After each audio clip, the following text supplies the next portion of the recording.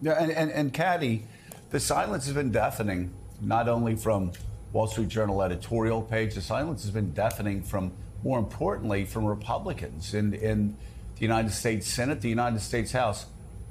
The head of their party, the guy most likely to be the nominee, has threatened a federal prosecutor and said, "I'm coming after you." He's gone full mobster here. And yet, no criticism from Republicans in the House, Republicans in the Senate, very little from Republicans on the campaign trail. Let me say it again. He has threatened a federal prosecutor. And it seems the only thing Republicans know how to do is fall more meekly in line with him, like Lindsey Graham this past weekend. Oh, my gosh. Just fall in line behind a guy who's behaving like a mobster and threatening a federal prosecutor. Yeah, because they know who the next nominee of the Republican Party is most likely to be, and it's most likely to be Donald Trump. And they run scared not just of Donald Trump, but of Donald Trump's supporters and whatever the former president does in this calcified political atmosphere, they don't want to cross him. I mean, you know, he also, when he says that Mike Pence has gone to the dark side, that's a signal too. You know, the best-selling T-shirt in Trump memorabilia stores is the one with Mike Pence on the gallows, saying Mike Pence is a traitor. He's putting the former vice president further at risk with that kind of language as well. I mean, the reality is that Donald Trump is not any defendant. He will be treated to some extent differently. I mean, in things like, you know, when he tries to delay and delay and delay, most likely this court and this judge will speed up the process to try and make sure that they see his appeals for delay quicker than perhaps somebody else's. So that could count against him. But there will be ways in which he's treated differently. But he can't go on carrying on after the judge has said you have to watch what you say with the kind of language he used over the course of this weekend. Speaking of that language, and we're going to show you Lindsey Graham, it's truly, if it's possible, a new low. It is the most subversive, not subversive, submissive. That's the word.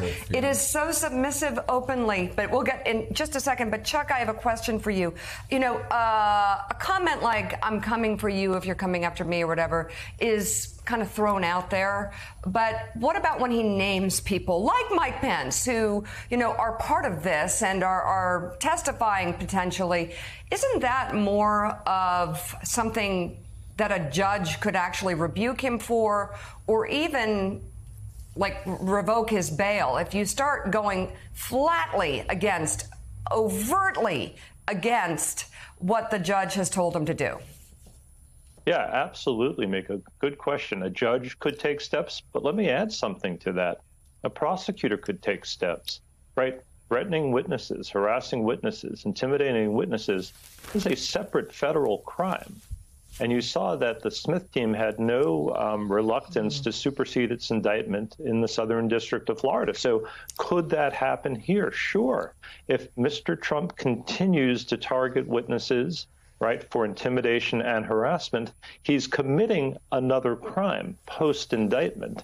And if the government decides that the conduct is serious enough and they can prove his corrupt intent, they could charge him with that too. So I don't think that's off the table, and it might be completely appropriate. You know, there's only so much a judge can do. He's running for president, so he's going to talk. Whether we like it or not, he's going to continue to talk and post.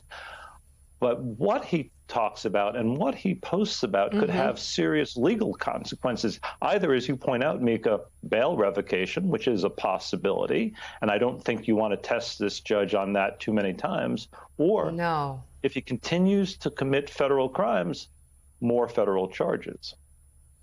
Well, and I mean, it's exactly what we saw in the case where the judge said he raped E. Jean Carroll. He continued to defame her, so she brought another lawsuit. And again, maybe he thinks he's immune from all of this and he can do whatever he wants. Or maybe it's a delay tactic. Like if you throw on so many charges, does it delay it down the road? I don't know. It's just, again, it's not good news. And as Chuck said, this is why you don't represent Donald Trump, because he's going to humiliate you as a lawyer. He's going to make you say things that that are, frivolous defenses that are just stupid, and you're going to be defending a guy who talks and threatens like a mobster. Republicans should be standing up to this. They should be. And you even have members in the Senate who have 3-4 more years in office, and yet they just continue to grovel while the leader of their party is threatening federal prosecutors and really undermining the judicial system of the United States of America, just like they tried to undermine American democracy leading up to January the 6th. Well, here's the person at the head of the class for humiliating themselves, somebody who said after January 6th he'd had enough and then got intimidated and actually groveled anymore. Lindsey Graham. This is Lindsey at a Republican Party dinner Saturday in his home state.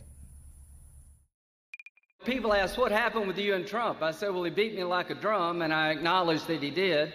He sort of liked hearing that, but we found something in common. I've come to like him, and he likes him, and that gets us through 18 holes of golf. One thing I can tell you, you better not screw with this guy or you regret it.